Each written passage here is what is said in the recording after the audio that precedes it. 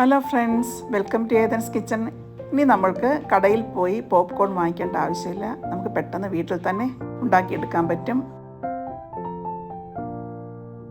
ആദ്യം നമ്മൾ ചുവട് കട്ടിയുള്ള ഒരു പാത്രം എടുക്കണം. അതിലേക്ക് ഒരു 5 ടേബിൾ സ്പൂൺ വെളിച്ചെണ്ണയോ നിങ്ങൾക്ക് ഇഷ്ടമുള്ള കുക്കിംഗ് ഓയിൽ ഏതെങ്കിലും ഒഴിച്ചു കൊടുക്കാവുന്നതാണ്. അത് നന്നായിട്ട് ചൂടായി കഴിയുമ്പോൾ അതിലേക്ക് നമുക്ക് ഒരു 1/4 കപ്പ് ഏകദേശം 50 ഗ്രാം പോപ്കോൺ ഇട്ട് കൊടുക്കാം. അതിലേക്ക് ഒരു 1/4 ടീസ്പൂൺ മഞ്ഞൾപ്പൊടിയും 1/4 to 1/2 ടീസ്പൂൺ വരെ ഉപ്പും ചേർത്ത് കൊടുക്കാവുന്നതാണ്. നിങ്ങളുടെ ഇഷ്ടത്തിനനുസരിച്ച് ഉപ്പിൻ്റെ അളവ് കൂട്ടുകയോ കുറയ്ക്കുകയോ ചെയ്യാവുന്നതാണ്. മഞ്ഞളും ഉപ്പും ചേർത്തതിന് ശേഷം നന്നായിട്ട് ഇളക്കി കൊടുക്കാം. ഇപ്പോൾ എണ്ണ ഒന്ന് തിളച്ച് വന്നിട്ടുണ്ട്.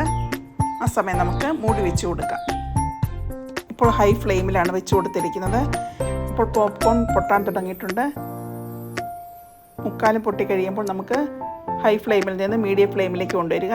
അല്ലെങ്കിൽ അടിവശത്തുള്ള പോപ്കോൺ സീഡ്സ് എല്ലാം കരിയുന്നതായിരിക്കും.